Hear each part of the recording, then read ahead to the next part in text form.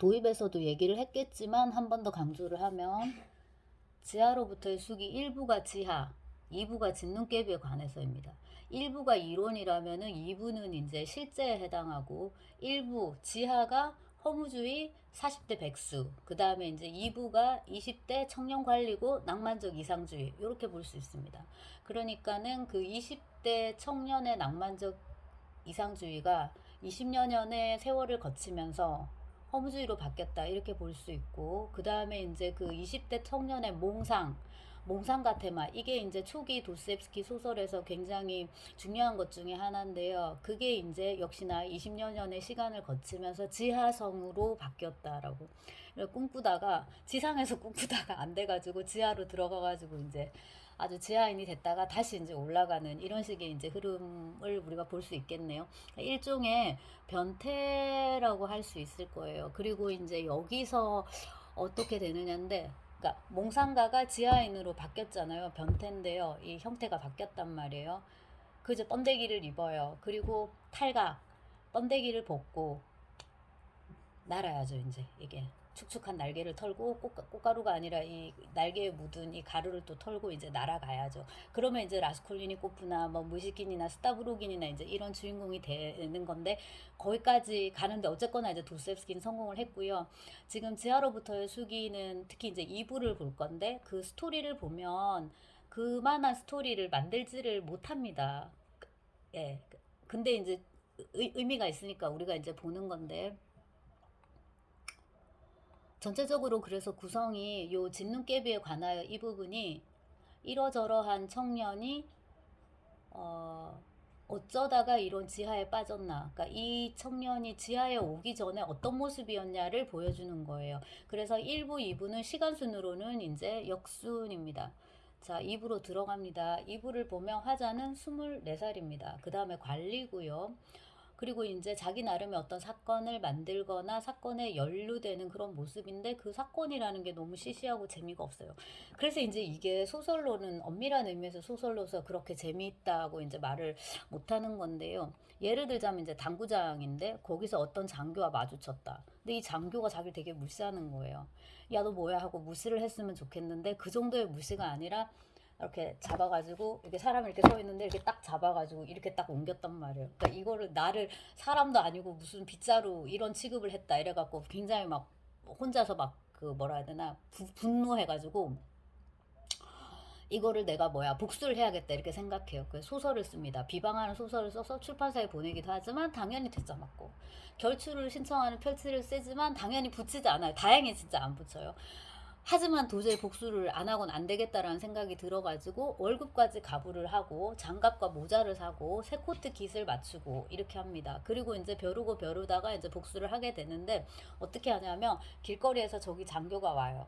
피하지 않고 대등하게 딱 마주쳐서 어깨를 딱 이렇게 부딪히는 걸로, 그렇게 해가지고 이제 자기가 대등한 지위를 과시했으니까 복수를 했다, 이제 이렇게 생각을 하는 거죠. 그래서 이렇게 시시껄렁한 이야기, 그야말로 이제 고골적 에피소드가 하나가 나오고, 그 다음에 이제 비중 있는 이야기가 두 개가 나오는데, 하나는 동료 관리들, 친구들, 동료들과의 얘기고, 또 하나는 이제 매춘부 리자와의 관계입니다. 먼저 1번을 살펴보면, 요것도 이제 그 고골적 도스옙스키를 보여주는 건데요. 일단은 등장인물의 이름부터 시모노프, 즈베르코프, 뚜르다류보프, 페르피치킨, 이런데 이제 이름 자체가 그렇게 이반 까라마조프, 니콜라이 스타브로긴 막 이런 이름이 아니라는 거죠. 알렉세이 닐리치 끼릴로프 이런 이름이 아니라는 거에서 이미 이게 되게 이제 고골적 캐릭터들인데요. 얘네들이 이제 동창생들이에요. 근데 이제 여기서 지하생활자의 수기는 완전 왕따고요.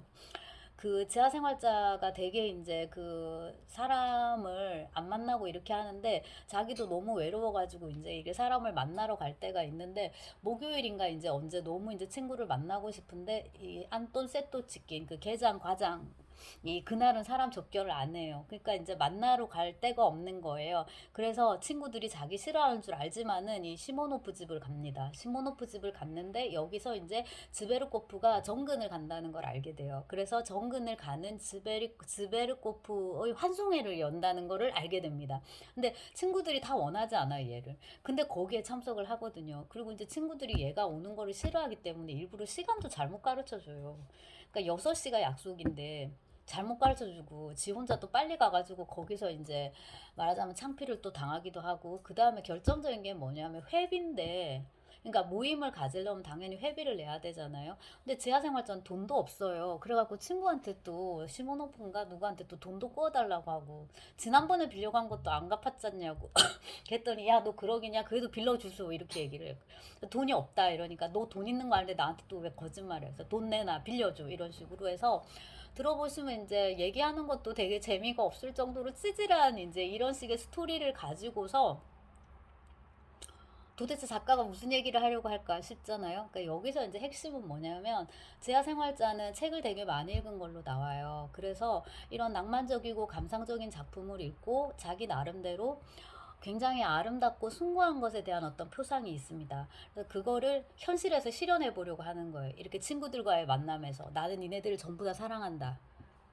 니네들을 전혀 질투하지 않는다. 니네들이 꿈꾸는 뭐 그런 속된 뭐야 출세나 뭐 부를 이루는 거나, 그 다음에 여기서 또 많이 나오는 게 이제 여자 꼬시는 거 이제 이런 거 있는데, 나는 그런 거에 전혀 개의치 않는다. 나는 아름답고 숭고한 걸 사랑한다.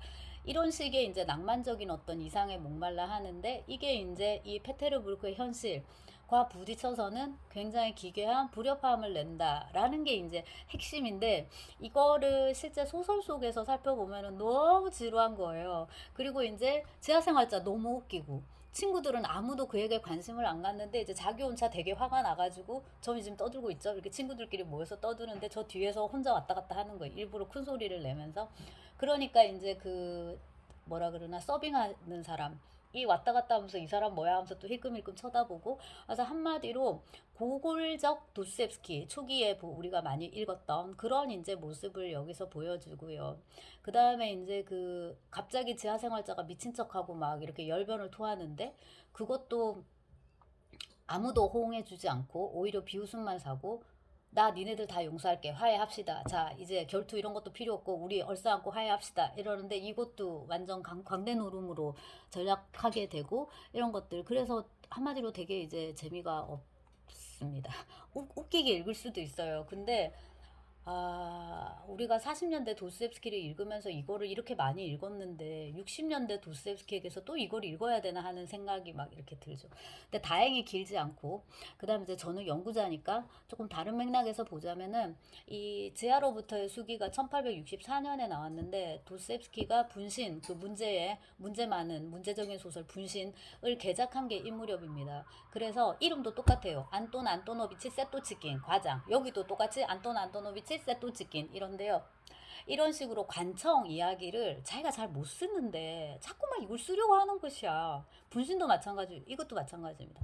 그러니까 여기서 강조돼야 될 게 뭐냐면, 이 관청의 생활상, 관리들의 이렇게 뭐 치고받고 싸우고 갈등하고 하는 거, 이거야말로 도스옙스키에게 있어서는 삶에서 퍼올린 주제가 아니라 소설 속에서 가져온 주제였다는 거예요. 고골이 썼으니까, 고거를 비롯한 다른 작가들이 이거를 썼으니까 나도 이거를 가지고 한번 써봐야지, 이거를 소설화해야지, 그게 나의 소명이야, 여기서부터 출발해야지, 이게 문제인 거예요. 그러니까 자기 자신의 생내적인 테마가 아니었다라는 거, 그러니까 이거야말로 이식된 주제였다는 거, 이게 중요하고, 그래도 조금 재미있게 써볼 수도 있었을 텐데 재미가 이제 없다라는 거고.